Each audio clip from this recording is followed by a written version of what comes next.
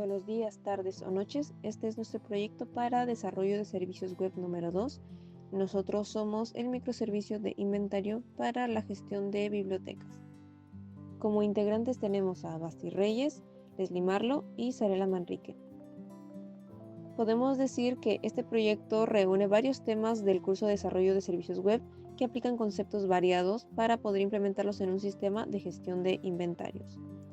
A continuación tenemos un QR para el repositorio de GitHub que hemos utilizado para poder desarrollar este proyecto en una buena organización. Comencemos.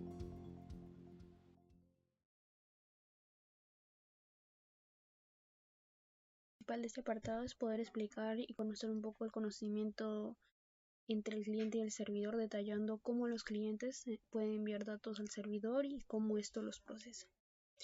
Bien, esta parte del proyecto se compone de dos aplicaciones principales. Una es la que envía el mensaje de texto y la otra envía un objeto más complejo como un inventario de libros. Ambas aplicaciones utilizan el mismo principio básico de la comunicación mediante sockets, pero de manera diferente según el tipo de datos que se están enviando.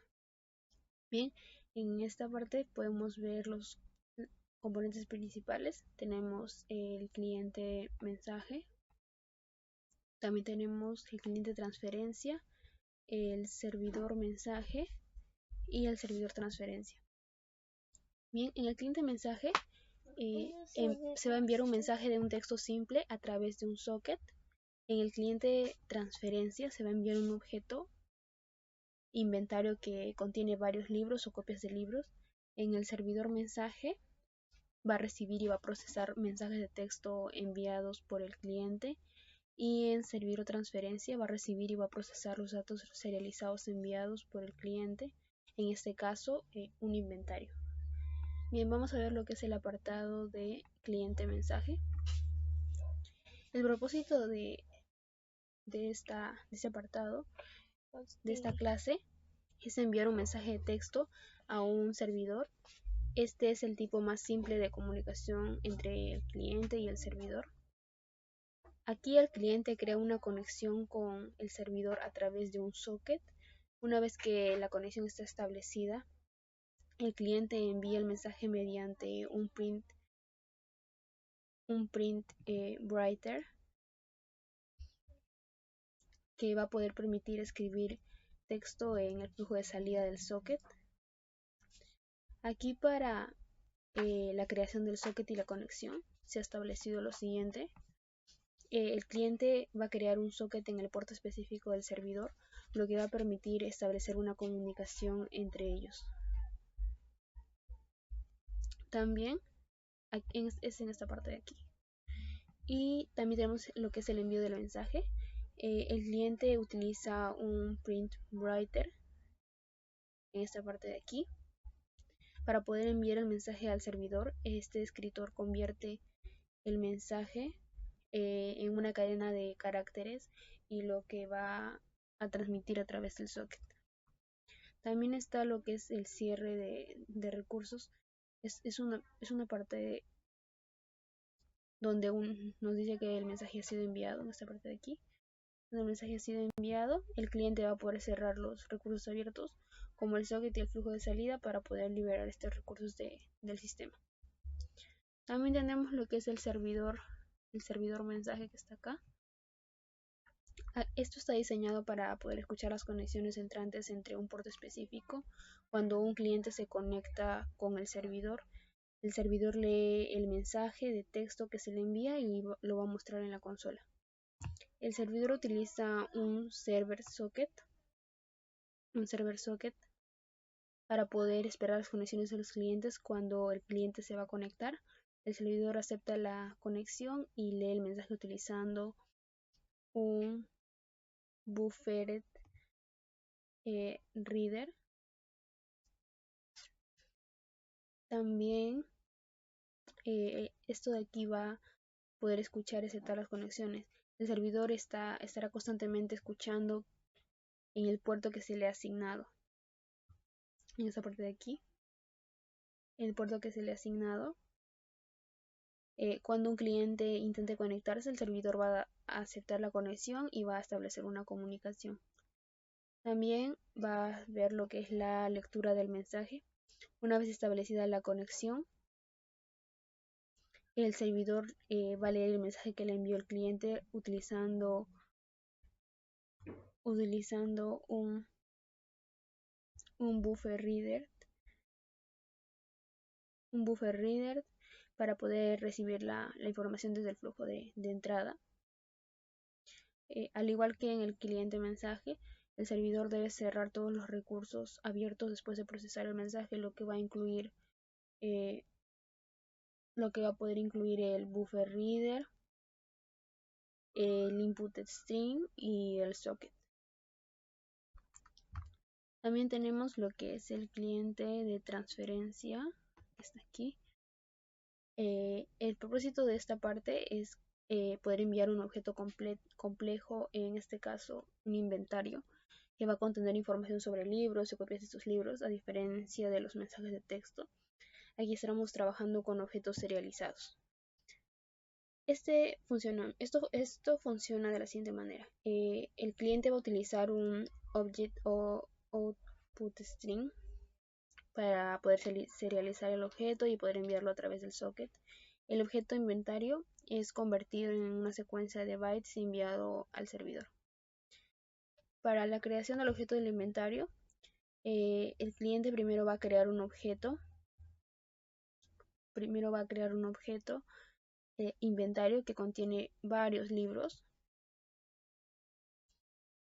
y copias de estos libros. Este objeto va a ser enviado por el servidor. Utilizamos un object output string para poder convertir el objeto inventario en un formato que pueda ser transmitido a través de la red. Este objeto es enviado al servidor. También tenemos la parte del servidor transferencia. Aquí está. Esta parte de aquí, el servidor tiene la tarea de poder recibir y deserializar el objeto inventario enviado por el cliente. Después de deserializarlo, puede procesar los datos que contiene. El servidor también va a poder utilizar un server socket para poder aceptar las conexiones. Sin embargo, en lugar de leer texto, este servidor lee objetos serializados utilizando un object input string. Bien, también está lo que es la recepción y la deserialización del objeto. Aquí el servidor va a recibir un flujo de entrada al cliente, lo deserializa con un object input string y obtiene el objeto original enviado por el cliente, en este caso el objeto inventario. Bien, el flujo de ejecución que está en la parte del cliente.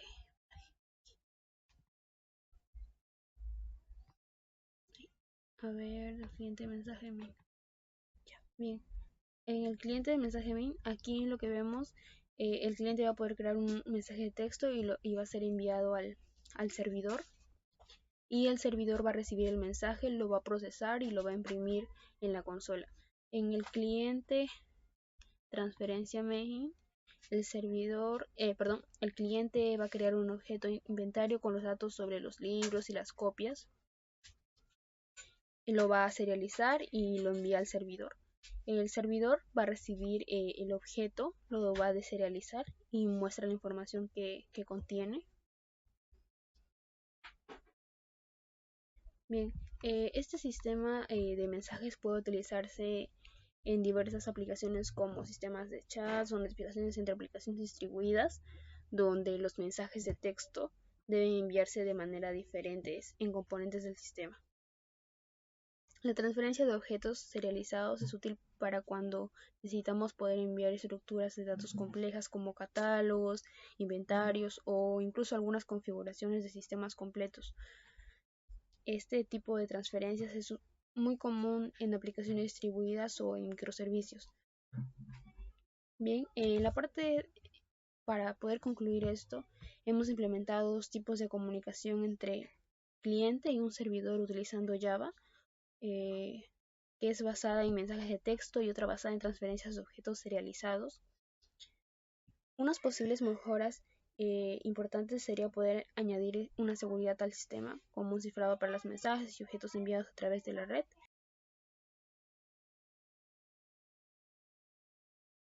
Buenos días, tardes o noches. Soy Leslie Marlo y hoy les voy a explicar cómo funcionan los hilos en Java a través de un ejemplo práctico relacionado con la gestión de inventario de libros. Este código utiliza dos formas de crear hilos, heredando de la clase thread e implementando la interfaz runnable. Primeramente, ¿qué es un hilo? Es como un camarero en un restaurante que realiza una tarea específica mientras otros camareros trabajan en paralelo. En este caso, los hilos procesan libros en el inventario de manera simultánea. ¿Okay? Utilizaremos esa pequeña analogía para poder entender el flujo y el funcionamiento del código. Primeramente, comenzamos con esta clase. Con esta clase que es hilo inventario. ¿Okay? Este hilo representa un camarero que trabaja con un libro, por ejemplo. Hereda de thread y sobrescribe el método run, que es este método de aquí, para definir qué hace el hilo, cómo inicia y finaliza una operación de inventario. Pasamos al runnable. En este caso, otra forma de crear hilos es implementando runnable. Este enfoque separa la lógica de ejecución del control del hilo. Igualmente se tiene el método run aquí, que se iniciará, y que igualmente tiene los tres mensajes, ¿no? El mensaje de inicio, por si hay una excepción, y el mensaje final. Y en el main, aquí es donde el jefe del restaurante, podríamos decirlo así, asigna tareas a los camareros. Creamos 4 hilos, 2 con hilo inventario, que fue con thread, y con hilo runnable, que es donde implementamos la interfaz runnable. Luego los iniciamos usando el método start. ¿Ok? Aquí está. Primero el hilo principal inicia las operaciones de inventario. ¿Ok? En resumen, primero el hilo principal inicia estas operaciones, luego los hilos trabajan en paralelo procesando libros con pequeños descansos simulados por sleep, ¿ok? Tanto con thread como con runnable. Cuando cada hilo termina, imprime un mensaje indicando que la operación para ese libro se ha completado. Y es lo que vamos a ver justamente ahora. ¿Ok? El orden de inicio y finalización de los hilos puede variar porque trabajan en paralelo. Esto demuestra la ejecución simultánea, que es un concepto clave en la programación multihilo. ¿Okay? Podemos observar aquí que nos lanzan los dos mensajes porque no hubo excepciones, así que simplemente nos mandarán los dos mensajes, que es el de inicio y de fin, que es el inicio y la operación final. Okay. En resumen, los hilos permiten realizar tareas al mismo tiempo, como mencionamos antes con la analogía de los camareros del restaurante, mejorando la eficiencia. Este ejemplo demuestra cómo heredar de thread o implementar runnable para crear hilos. Así que eso ha sido todo por el tema de hilos, concurrencia y paralelismo, al menos para la primera parte, que es la creación de hilos. Ahora mismo seguiremos con el siguiente tema, que es el manejo de hilos. Bueno, seguimos ahora con el tema del manejo de hilos. En esta oportunidad les explicaré cómo simular las operaciones concurrentes utilizando hilos en Java. El ejemplo que veremos se basa nuevamente en un sistema de inventario donde procesamos libros simultáneamente. Okay, como ya sabemos, un hilo es como un trabajador que puede realizar una tarea de forma independiente mientras otros trabajadores realizan sus propias tareas. Esto nos permite manejar varios procesos al mismo tiempo y, bueno, ser más eficientes en tema tiempo, tal como vimos en la analogía anterior sobre los camareros del restaurante. Ok, empezamos con esta clase, que es la clase inventario simple. Es el modelo que define las tareas que un hilo realizará para procesar un libro. Implementa la interfaz runnable, que la vimos en el ejemplo pasado también, y el método run, que contiene la lógica para iniciar, procesar, manejar excepciones y finalizar la operación. En la clase de inventario simple main, ¿okay? Aquí se crean los 4 hilos que tenemos utilizando la clase thread, que también la vimos en el ejemplo pasado. Se asigna una tarea, el procesamiento del libro y luego se inician los hilos con el método start. Bueno, vamos a ver el ejemplo. ¿Ok? Aquí tenemos un pequeño mensaje para ver que se está iniciando correctamente. Que es este aquí, ¿ok? Ok, ya, ok. Primero, el hilo principal informa que los hilos han sido iniciados, ¿ok? Como podemos observar. Luego cada hilo comienza a procesar su libro de manera independiente. Como podemos ver que no siempre también está en orden, como en el ejemplo pasado, mostrando los mensajes en la consola al inicio, durante el procesamiento y al finalizar este proceso. El uso de thread sleep, que lo hemos visto aquí, justo acá, que esta vez tiene una duración de 2000 milisegundos, simula el tiempo que va a tomar en realizar cada operación. Como los hilos trabajan en paralelo, el orden de inicio, procesamiento y finalización de los libros puede variar cada vez que se ejecuta el programa, como ya mencioné, demostrando la naturaleza concurrente de estos hilos. Este ejemplo nos enseña cómo usar hilos para manejar tareas simultáneas en Java. El manejo de hilos es una herramienta muy útil cuando necesitamos mejorar la eficiencia de programas que manejan múltiples operaciones. Ahora seguiremos con nuestro siguiente tema, que es la concurrencia y el paralelismo. Ok, ahora siguiendo con el tema de la concurrencia y el paralelismo, en esta sección aprenderemos cómo manejar la concurrencia y el paralelismo en Java aplicados a un sistema de inventario. Para entenderlo utilizaremos una analogía de un restaurante donde los libros son pedidos y los hilos camareros, bastante parecida a la analogía que utilizamos en los anteriores dos ejercicios. Imaginen un restaurante con varios camareros atendiendo varios pedidos al mismo tiempo. Cada camarero puede manejar un pedido de manera independiente, ¿no? ¿Verdad? Lo puede manejar de forma independiente, pero dependiendo del tamaño del restaurante, o el pool de hilos en este caso, solo un número limitado de camareros pueden trabajar simultáneamente. Esto es lo que implementamos aquí. La concurrencia es como tener varios camareros que trabajan en diferentes pedidos al mismo tiempo, pero el número de pedidos atendidos simultáneamente depende bastante del espacio disponible en la cocina, o podemos decirlo que es como el pool de hilos. El paralelismo, en cambio, es como si tuviéramos varias cocinas, cada uno con su propio equipo atendiendo pedidos simultáneamente. Ambos conceptos optimizan bastante el tema tiempo en la atención al cliente o en este caso en la ejecución del programa. Empezamos con esta clase, que es inventario concurrencia. Esta clase es como el manual del camarero, donde se define cómo procesar un libro, o bueno, utilizando la analogía, cómo procesar un pedido. Primeramente implementamos la interfaz Runnable, que ya la conocemos, y usamos el método run para simular el progreso del procesamiento con mensajes como progreso en 20%, 40%, 60%, que bueno, ya lo veremos. ¿Ok? Aquí también podemos ver cómo va a ir sumando la simulación del progreso. Pasamos al main, que es la segunda clase que tenemos justo acá.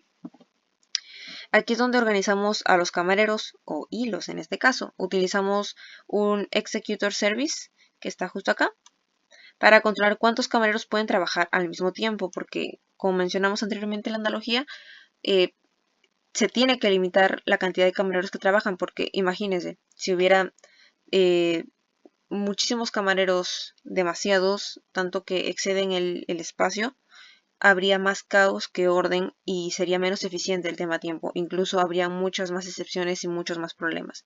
Entonces, utilizamos este service, este executor service, para poder controlar cuántos camareros pueden trabajar al mismo tiempo. Además, distinguimos entre concurrencia, donde limitamos el número de hilos, y paralelismo, donde usamos todos los núcleos disponibles. El flujo del programa en base a concurrencia, esta es una prueba de concurrencia. En el primer bloque de código utilizamos un pool de 2 hilos, como aquí lo hemos limitado. Eso significa que solo 2 libros son procesados al mismo tiempo, o sea, se van de 2 en 2, simulando la capacidad limitada de nuestra cocina con el Executor Service, ¿ok? Utilizando nuevamente la analogía de los camareros y la cocina. Y en el caso del paralelismo, que está aquí, justo acá, en el segundo bloque utilizamos todos los núcleos del procesador, ¿ok? Para procesar los hilos simultáneamente. Aquí la velocidad de atención depende de la cantidad de cocinas disponibles, o los núcleos en este caso, ¿verdad? Y vamos a pasar a hacer la demostración. Ok. Cuando ejecutamos el programa, vemos que en la concurrencia solo 2 libros se procesan al mismo tiempo, ¿ok? Mire, solo hay 2 que se procesan al mismo tiempo. Mientras que en el paralelismo múltiples libros avanzan simultáneamente. Esto demuestra cómo optimizar las tareas según los recursos disponibles. En resumen, este ejemplo nos muestra cómo usar la concurrencia para manejar tareas limitadas, como hemos visto con el Executive Service, y el paralelismo para maximizar la eficiencia de sistemas con múltiples recursos, en este caso los núcleos. Es como optimizar la atención en un restaurante dependiendo del tamaño del equipo y del espacio disponible.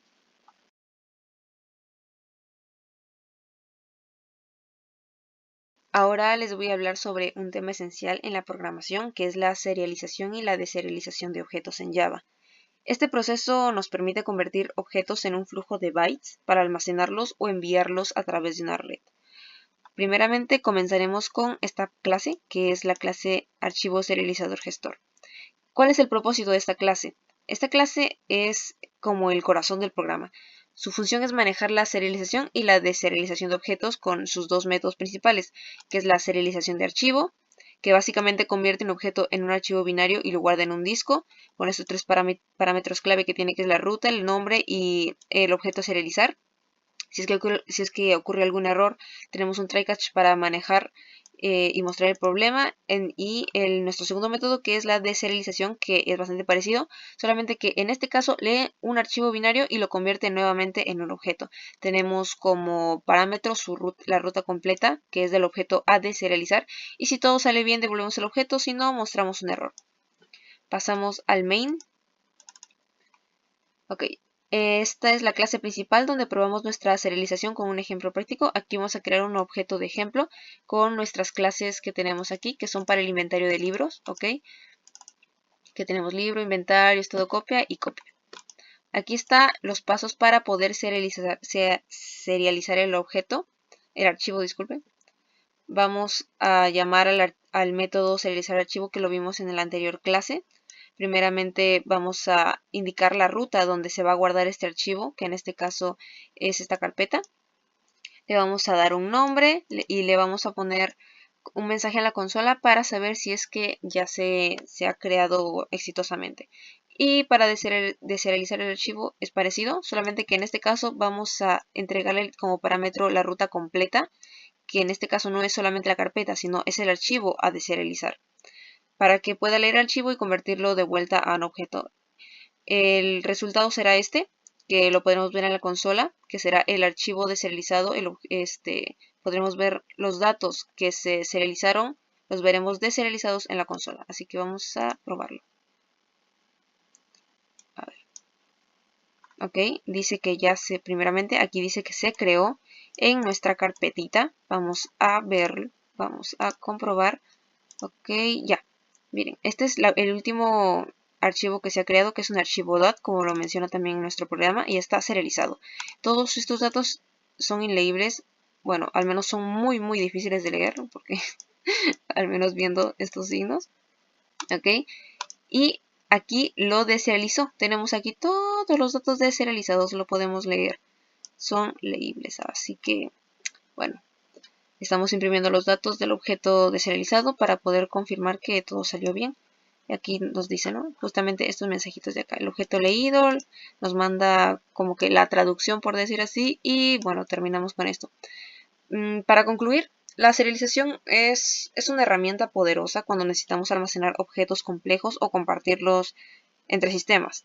Este ejemplo nos muestra cómo implementarlo de manera más sencilla y práctica en Java, puesto que la verdad que es un ejemplo bastante práctico, bastante gráfico, y siento que es un buen ejercicio para pues, poder aprender de este tema, que es la serialización y deserialización de archivos en Java.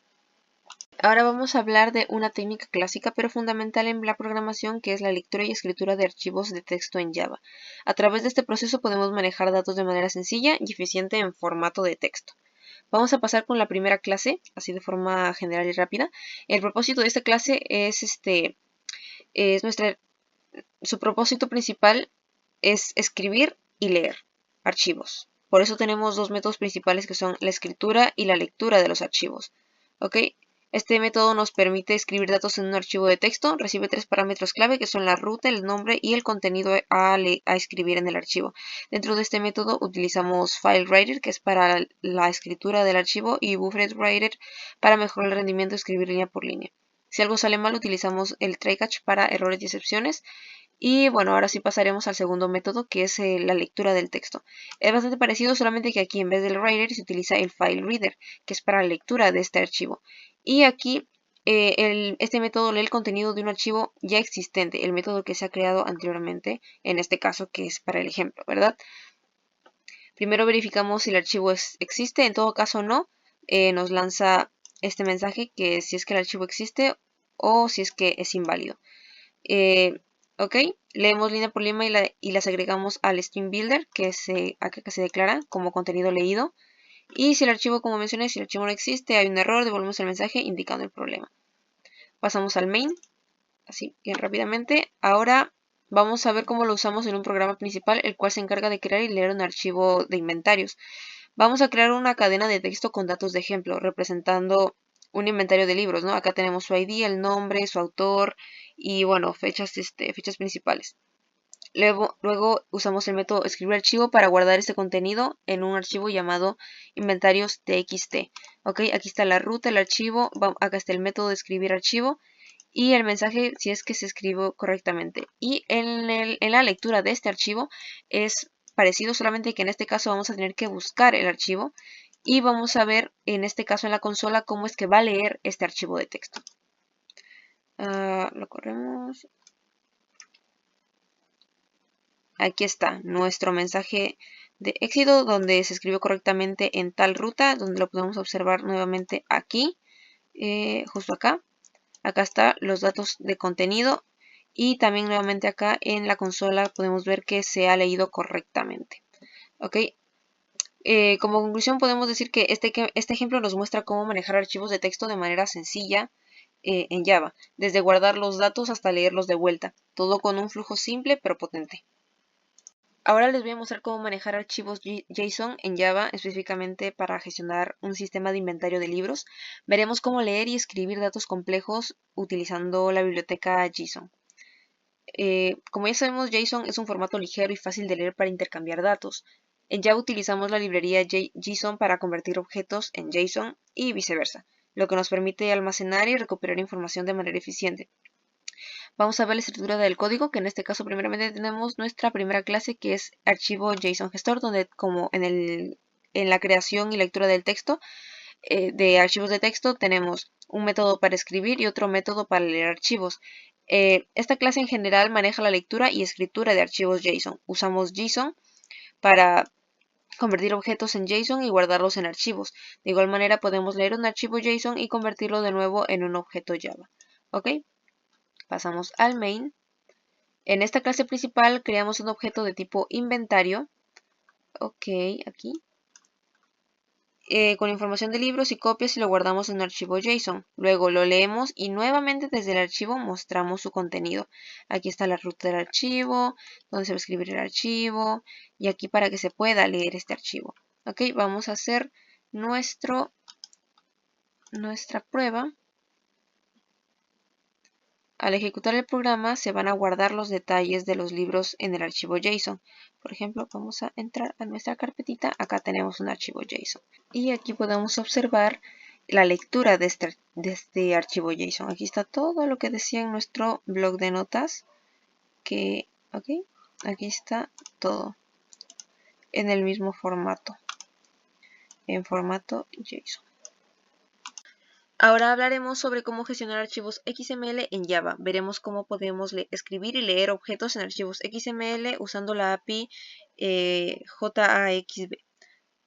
XML es un formato de intercambio de datos muy utilizado, como ya sabemos, ya lo conocemos también. En Java usamos la API JAXB, que es Java Architecture for XML Binding, para convertir objetos Java en XML y pues viceversa. Igual que con JSON en el ejercicio pasado. Prácticamente aquí en esta clase tenemos dos métodos, ¿ok? Escribir archivo y la lectura del archivo XML. Aquí recibe la ruta y el contenido a convertir en XML y la lectura del archivo donde recibimos la ruta y los parámetros. Ok, bueno, la ruta como parámetro. En nuestro main, aquí, esta clase principal gestiona la lectura y escritura de los archivos XML. Primero creamos los objetos como libro info, estado copia e inventario y pues le agregamos datos, ¿verdad? Le agregamos datos para que puedan ser estos datos, este contenido puede ser puesto en el XML. Luego usa el gestor de archivos XML para escribir estos objetos en XML y poder leerlos posteriormente. Aquí está la lectura, tanto de libro como de inventario. ¿Ok? Primero creamos un libro y un inventario con copias, luego usamos XML gestor para escribir estos objetos en archivos XML. Después de escribir los archivos usamos los mismos métodos para leer los archivos XML. Aquí está la lectura. y convertirlos nuevamente a objetos Java que luego imprimimos en la consola. Ahora vamos a hacer la prueba. Cuando ejecutamos el código vemos que los archivos XML se crean correctamente y los datos se leen sin problemas. Aquí está. Podemos observar todos los datos. No se ve en mi pantalla, pero también están en la carpeta que es en el disco D. No solamente se ha creado inventario, sino que también se ha creado libro. Aquí tenemos libro e inventario. Ambos archivos en XML se han escrito y se han vuelto a leer en la consola.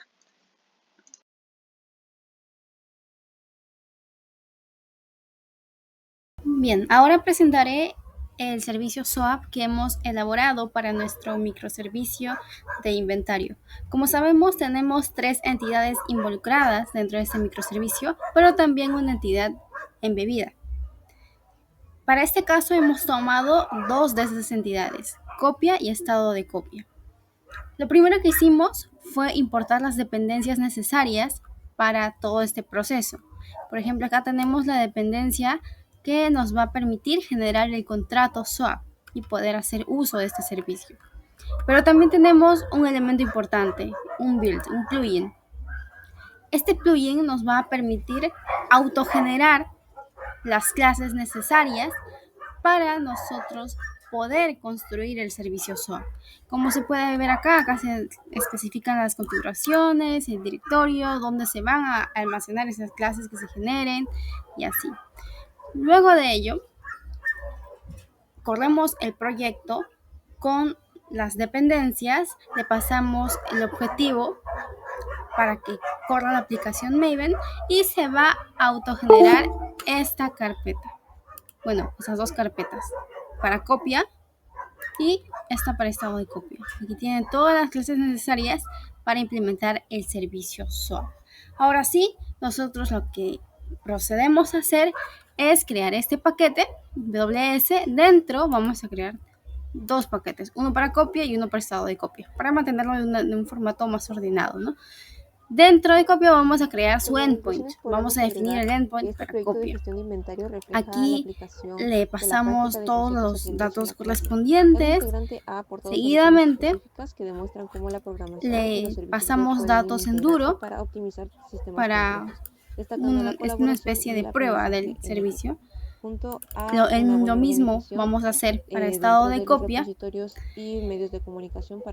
y seguidamente también implementamos esta clase web service config que va a servir para nosotros poder configurar cómo va a ser usado el servicio. Creamos los pin, mapeamos y así definimos el esquema también. Entonces luego de ello vamos a configurar implementar esta clase que es la main, la principal para correr la aplicación.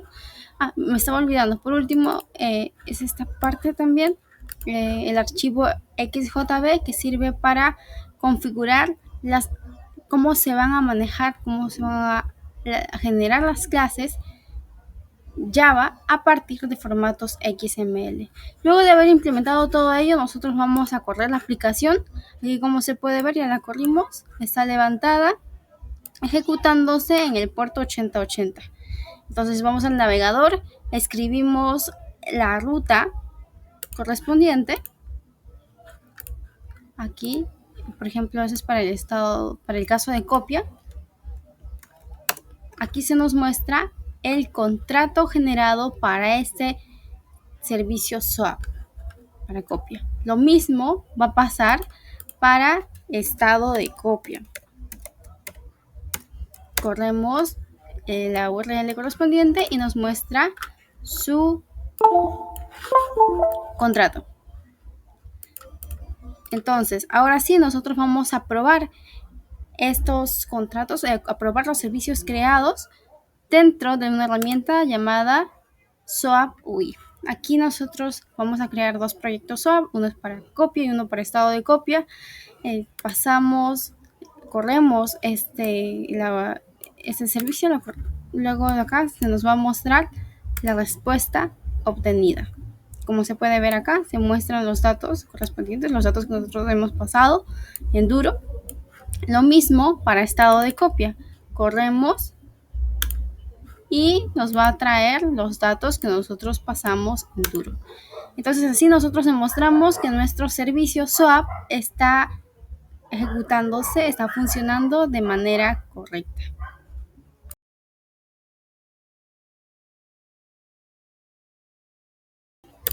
Bien, ahora vamos a presentar el servicio REST que hemos implementado para este microservicio de inventario. Al igual que en el servicio SOAP, nosotros hemos hecho acá uso de las dos entidades copia y estado de copia. Para ello, nosotros lo primero que se hizo fue definir el archivo properties en donde indicamos cómo se va a crear, cómo se va a manejar la base de datos, el nombre de la base de datos y, bueno, el username, password o la configuración para que esta aplicación pueda acceder a la base de datos, MySQL en este caso. Para la implementación del servicio REST implementamos la siguiente estructura de carpetas: controller, model, repository, service y service implement. Lo primero que se definió fueron los models, las clases, copia. Acá tenemos todos los atributos de copia, estado de copia, de igual manera los atributos de estado de copia. Seguidamente tenemos los repositorios, repository para copia y estado de copia.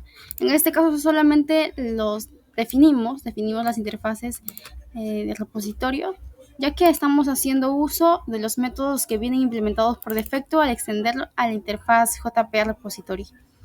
Luego de haber definido los repositorios, definimos las interfaces para copia y estado de copia. Aquí vamos a indicar cuáles son los métodos. Vamos solamente a definir los métodos necesarios: lista de copia, obtención de copia, registro y así. Lo mismo para el caso de estado de copia. Luego de ello vamos a hacer uso de esta interfaz, de estos services, en las clases service implement. Aquí tenemos la implementación de esas clases que hemos definido, haciendo uso de los repositorios correspondientes. Lo mismo para copia y estado de copia. Por último, vamos a crear los controllers necesarios, donde vamos a especificar los endpoints para que se puedan obtener los datos desde la base de datos, ¿no? Porque se puedan hacer las solicitudes. Aquí tenemos para copia y estado de copia. Aquí hemos implementado 3 endpoints. El primer endpoint es para la obtención de la data, especificando una propiedad, application XML value, que nos va a permitir traer la data en formato XML. Mapeamos este endpoint con la terminación XML y le pasamos la lógica correspondiente. Lo mismo para JSON y XML. En JSON especificamos que la data se nos traiga en formato JSON y en HTML que la data se muestre en formato HTML, ¿no?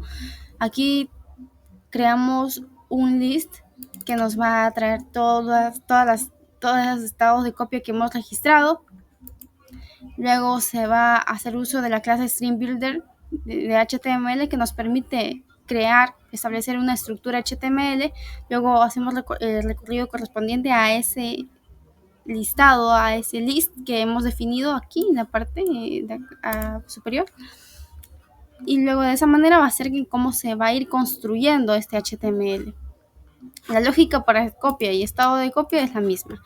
Luego, una vez habiendo definido toda esa estructura de carpetas, las clases necesarias, vamos a levantar la aplicación. Pero antes debemos asegurarnos de que tengamos implementada la base de datos, mejor dicho, creada la base de datos que hemos definido en el properties.